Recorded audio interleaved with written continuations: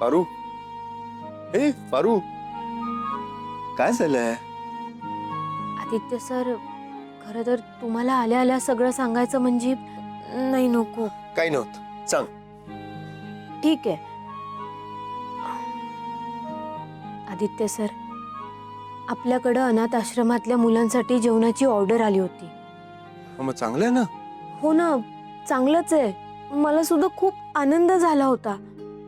ना नफा ना तोटा या तत्वावर मी ऑर्डर घेतली, पूर्ण सुद्धा केली. वा. काम खूप होतं, ऑर्डर मोठी होती म्हणून मोनाताईनं चाळीतल्या एका बाईला मदतीसाठी बोलावून घेतलं. ओके. पण त्या बाईच्या ऐवजी दिशा मॅडम आल्या, वेश बदलून. हो, त्यांनी वाट लावली सगळी, सगळं जेवण खराब केलं त्यांनी. काय बोल? त्या मुलांनी काही खाल्लं नाही ना ते? नशिबानं त्या मुलांनी काहीच खाल्लं नाही, म्हणजे त्यांच्यापर्यंत ते पोहोचलंच नाही, नाही तर जीवावर बेतलं असतं त्यांच्या. दिशाची एवढी हिंमत, लहान मुलांच्या जीवाशी खेळताना काहीच वाटलं नाही का ग तिला? मी सुद्धा तोच विचार करते. आता हे जे काही घडलंय ते देवी आईनं कसं सांगायचं मला ते कळत नाहीये. त्या देवी आई आजारी आहे, त्यात आजारपणात त्यांना हे सगळं सांगायचं. काय झालं आईला?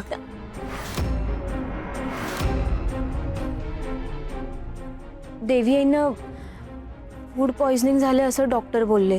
काय बोलतेस? देवी आई बऱ्या आहेत आता, औषधं दिली आहेत त्यांनी आराम केला की त्यांना बरं वाटेल. मी बी त्यांना काढा दिलाय.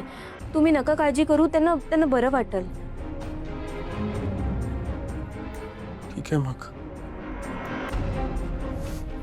आणि पारू, हे बघ, ही दिशा आहे ना, हे सगळं तुझा बिझनेस बंद पडावा म्हणून करते. आणि हा तुझ्या बिझनेसचा प्रॉब्लेम आहे, त्यामुळे तूच तो सॉल्व्ह करायचा आहे. हे बघ, असं तसं सोडू नको तिला. यावेळी अशी शिक्षा दे ना तिला की पुन्हा अशा चुका करण्याचा धाडसही होणार नाही तिचं. काही बी केलं ना आदित्य सर, तरी त्या दिशा मॅडमची खोड मोडत नाही. आत्ता आणि वेगळी काय शिक्षा करायची? अगं वेगळी तुझ्या जागी जर का तुझी देवी आई असली असती तर काय केलं असतं तिने? त्याचा विचार कर आणि तीच शिक्षा कर तिला. Okay okay. हा.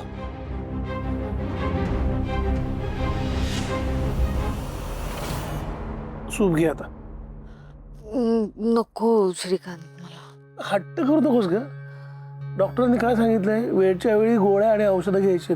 हो, मग? मी गोळ्या औषधं वगैरे सगळं घेईन, पण आता काही खायची प्यायची काही इच्छा नाही होते. त्यापेक्षा मी जरा आराम करते. कठीण आहेस तू. आई, आई, अरे काय झालं तुला? आदित्य, कधी आलास तू? चेन्नईचं काम कम्प्लीट झालं का तुझं? मग काय सगळं ओके ना तिकडे? हो हो, झालंय काम पूर्ण बाबा. मी आलो घरी आणि पारूने मला सांगितलं की आई आजारी आहे. मला जर आधी सांगितलं असतं तर मी निघून आलो असतो. हातात घेतलेलं काम आधी पूर्ण करावं, ते सगळ्यात महत्वाचं. हे कायम लक्षात असू दे. वा, बिझनेस वुमन शोभतेच अगदी. एवढ्या आजारपणात सुद्धा बिझनेस महत्वाचा वाटतोय तुला? कमाल आहे. आणि हे काय, तू सूप अजून संपवलं नाही बाबा? अरे बघ ना, अगासपासून समजावतो हिला, पण ऐकतच नाही माझं या बिझनेस वुमन. बाबा, आई म्हणते ते बरोबरच आहे. बिझनेस महत्वाचा आहेच, पण त्यासोबत तब्येतही महत्वाची आहे. हा, आई, sound mind in a sound body हे तूच शिकवलंयस ना? आता तूच विसरलीस? ठीक आहे ना, चल ते सूप पिऊन घे. आई उठ, तू उठ उठ, ये ये थोडीशी प्लीज. मी सांगत होतो तर ऐकलं नाही. दे. घे.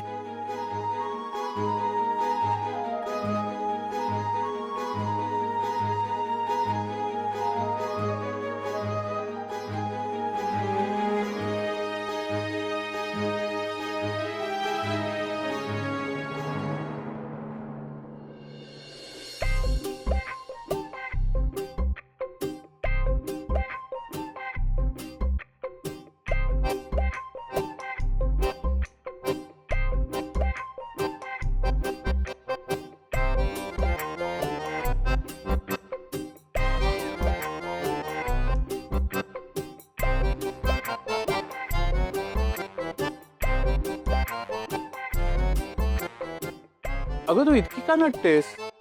आज काही पोळा वगैरे आहे का? काय?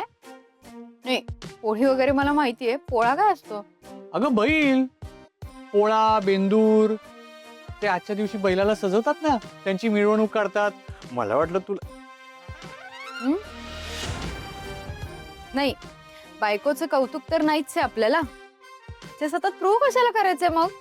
मी छान आवरून किटी पार्टीसाठी चालली. अगं मग इतकं कशाला आवडतेस? हा, जरा डिसेंट बनून जा ना. ऐका ना, काय असतं डिसेंट डिसेंट?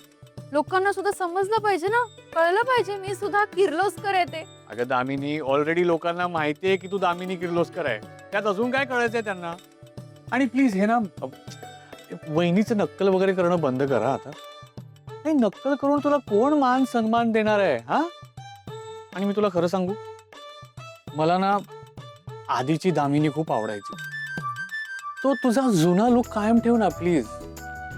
तो लुक तुला जास्त सूट करायचा. है ना?